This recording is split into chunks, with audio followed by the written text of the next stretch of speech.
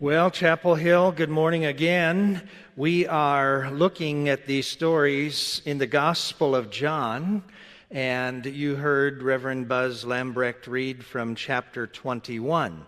Now, just to set this story up a little bit, first of all, I want to introduce to you Reverend Kent Melker. He and his wife Julie are here from Winfield, and he's going to be meeting with us at 12:30. Those of you who are already planning to go to the Holy Land, or those of you who are interested in going, this is the last meeting because the deadline is right close so that we can get everything finalized. In preparation, now what was that from? Interesting.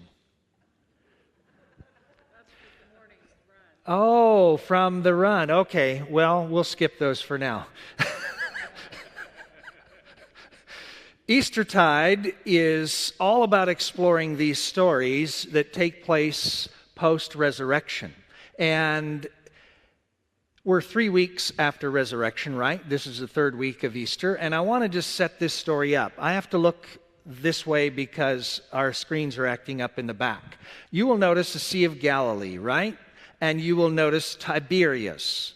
Tiberias is the place where this story takes place. And I love this place. It looks like this. It's called the Primacy of Peter Church. It's my favorite place to go in the Holy Land. Do I appreciate the Church of the Holy Sepulchre? Exactly, I do. But this is my place where I could just stay there the whole time. And you will notice inside the church is a rock upon which it is thought that this miracle that we're going to be looking at today takes place. I call it a miracle. It's a sign. It's a manifestation of God's presence and God's power and God's love and God's grace. And you'll see in Latin a sign that simply says Mensa Christi, which simply means the table of Christ. And as you heard in the story, when Christ prepares the breakfast, this is the place where it is thought to have taken place. Now, who knows? But there's something special about this place. So I want you to have that in your minds as we talk through this story today. Would you pray with me? Lord, may my words and may our thoughts be acceptable in your sight, because you and you alone are our strength and our Redeemer. Amen. Well, let me ask you a question as we explore this story today. Have you ever been duped? Now, you know that word duped? Have you ever been duped? Thank you. I needed at least one person to say yes. Our daughter Grace and I were walking through the mall a few summers back on a Saturday afternoon, and I saw this riding lawnmower. Some of you know where this is going. There's a stand beside it. If you sign up, you might win it. Mistake number one was signing up. I thought, I love lawnmowers. Wouldn't it be great to win this grasshopper lawnmower? I didn't win. But I got a call. I got a call from a sales representative saying, you signed up for this lawnmower. Can we come out and check your water? Have any of you been down a similar path? I said, well, okay. The man shows up. He has his little test tubes. Your water is extraordinarily hard. He says to me, what do you do for a living? I'm a pastor. He said, really? Yes, sir, I'm a pastor. He says, well, I'm a PK. Well, go PKs. But I thought, okay, I'm going to help a PK out. So we bought a water softener, reverse osmosis for underneath the sink, and the carrot that was being dangled out in front of us was to buy. Now, I need to stop and interrupt. This was all on me. Meredith had nothing to do with this. And when she found out about it, she was not pleased because she's wiser than I am. And the guy said, well, you get 1 year's supply of laundry detergent and bar soap. And I thought, well, that's a good deal. Meredith says, what are we going to do? We had 15 gallons of laundry soap and box after box after box of bar soap.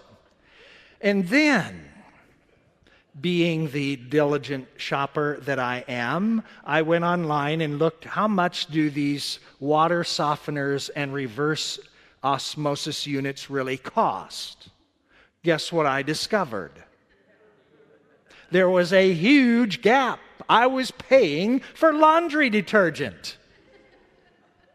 I was so duped. I had stupid written all over my face. Have you ever been that way? In that situation? You're not sharing my pain very well. I don't know what this is about.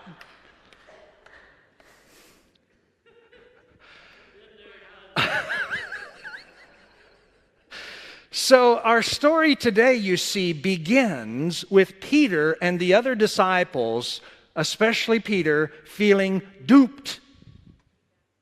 Why? They were fishermen. They had given up everything in order to follow Rabbi Jesus. They had given up the family business. They literally leave it behind. It's what happened in that day. When the rabbi came and said, I want you, you left, and you didn't go back to the home and say, I've decided to follow Rabbi person X, Y. No, you just left. And that's precisely what they did. And what do we know about the story? Is that they follow Jesus, and then he's crucified, and then they're behind locked doors because they think they're next. And then we have Easter, and Mary and the other women discover that the tomb is empty, and they go back and tell Peter and the other disciples, and what do they do with that information? Well, the text says that Peter ran to the tomb. He looks in, he sees it's empty. What does he do with that? Absolutely nothing.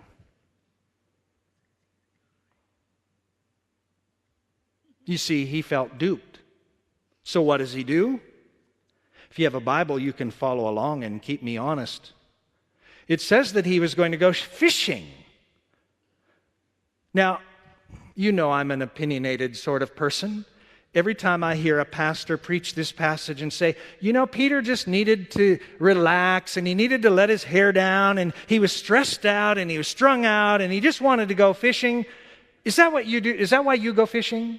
So that you can just relax and let your hair down? I've never understood that.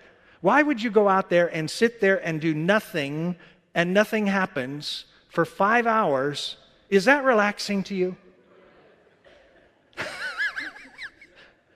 What is going on here, folks? Peter is not going fishing because he wants to relax. He's going fishing because he's going back to the family business. He thinks it's all over. How far did he have to go? He went from Jerusalem to Tiberias, 72 miles. It would take him over a week in order to get there. Do you think that you'd walk 72 miles in order to have a relaxing afternoon of fishing? Why is he going to Tiberias? That's where the family business was located.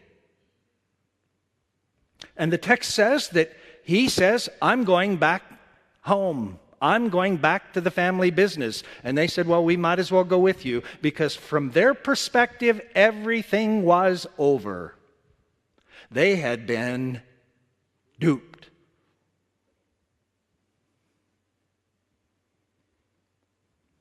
So they go back to the family business.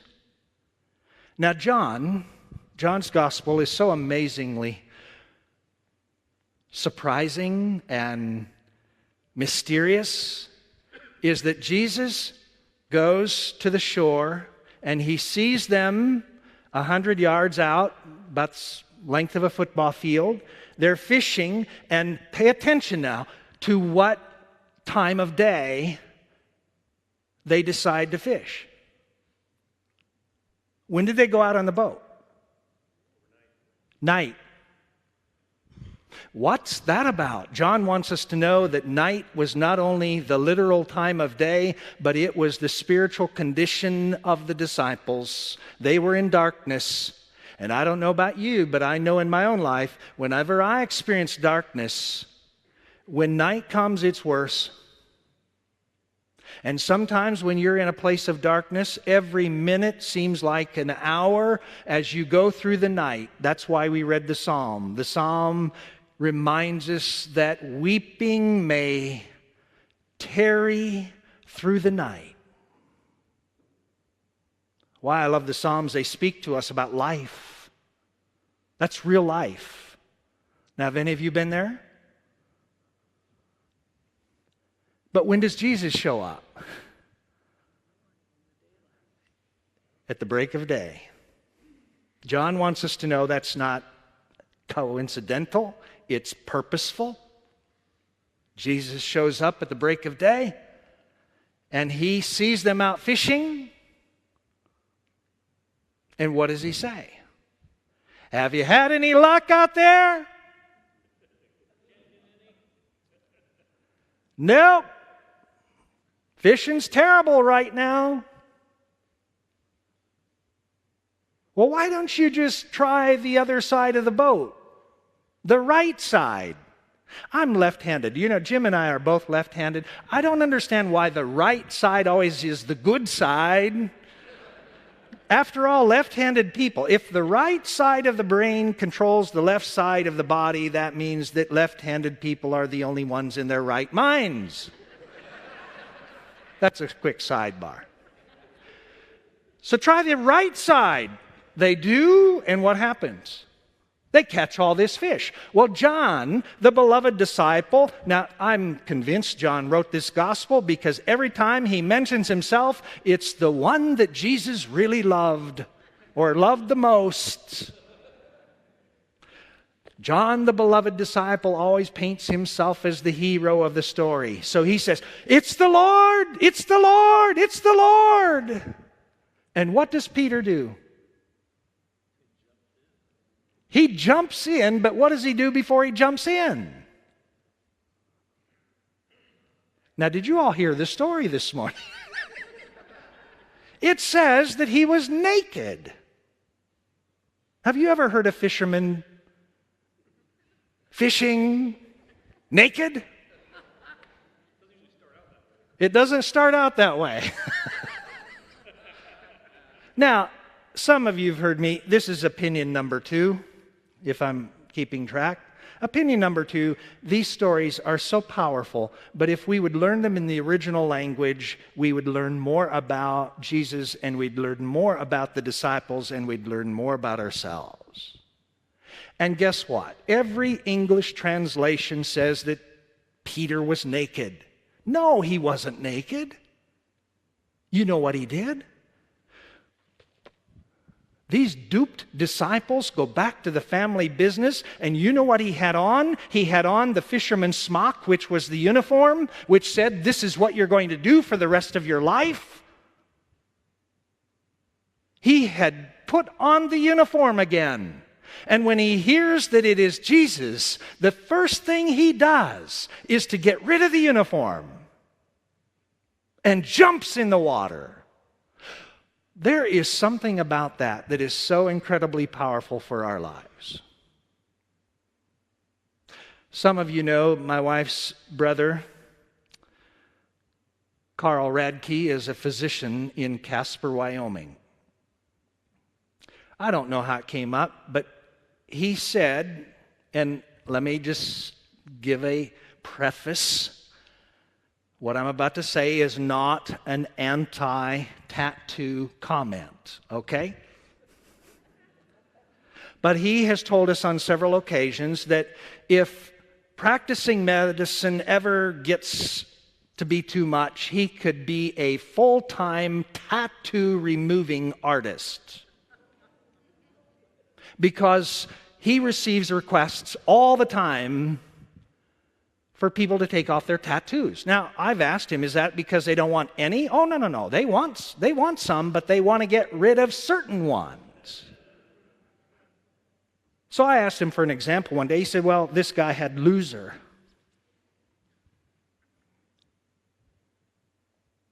See, when you come to a place where you no longer believe that's who you are, you want to get rid of it. That's what Peter's doing. Peter wants to remove the uniform because the uniform says, this is who you will be for the rest of your life. Well, he jumps in the water. He doesn't wait for the boat. And he gets to the shore, and what does he see? Now, John is painting us a picture. He sees a charcoal fire.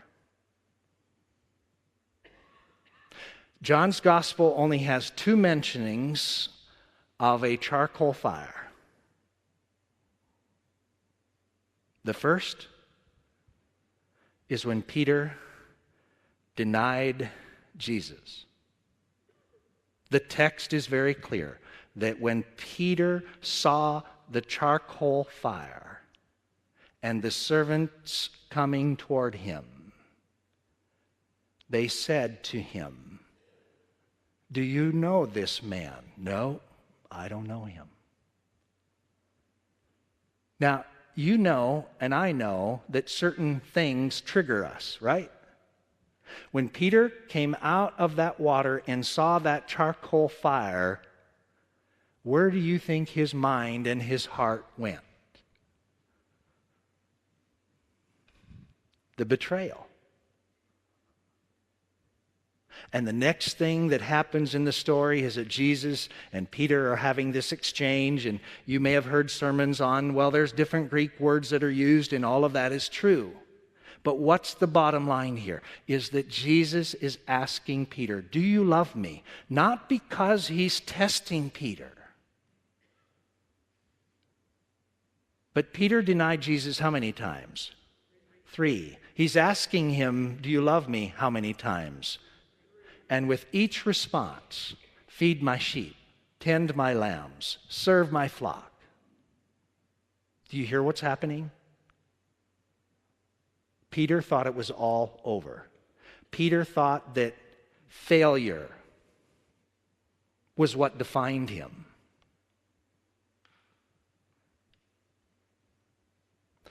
John Wooden, the great coach, some say the greatest coach of all time, had this amazingly powerful quote. Success is never final. Failure is never fatal.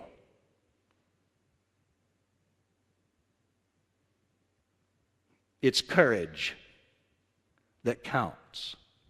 And courage, in its root, is the root word from which we get cardiac, cardiovascular. It's about the heart. And when Jesus asks Peter, do you love me? You know I love you. Feed my lambs. He was being recalled.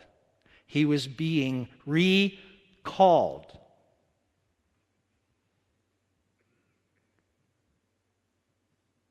He thought it was over. But Jesus wasn't over with him. Now, do you hear the good news? Let me close. The 23rd Psalm has this wonderful verse that in Hebrew means much more than it does in English. Surely goodness and mercy shall follow me. No, surely goodness and mercy shall passionately pursue me. Yes. What was Jesus doing? Passionately pursuing Peter, passionately pursuing those other disciples, passionately pursuing them in order that he may call them back. That's why he said the same words that he said when he first called them. What? Follow me. This morning at the first service, I met a person who was pastor of a church for 2.5 years of another denomination, and he failed. Isn't it interesting? He's never been to this church before, but he came this morning. That's Jesus passionately pursuing him. As he and his wife shared about their painful experience, their words to me were, "Thank you for reminding us that failure is never final." As they left the fellowship hall, I said, just remember, Jesus is saying to you, I'm not through with you. And Jesus is saying that to you. And Jesus is saying that to me. And it takes courage to follow that. And the story ends with Jesus predicting how Peter would die. How did he die? Upside down crucifixion. Jesus' head up here, feet down here. Peter was exactly the opposite. And Jesus predicted, this is how you will die. It takes courage to follow when you don't feel like it. It takes courage to follow when you condemn yourself. It takes courage to follow when you think that failure is the last word in your life. What Jesus said to Peter, Jesus says to us, follow. Follow me.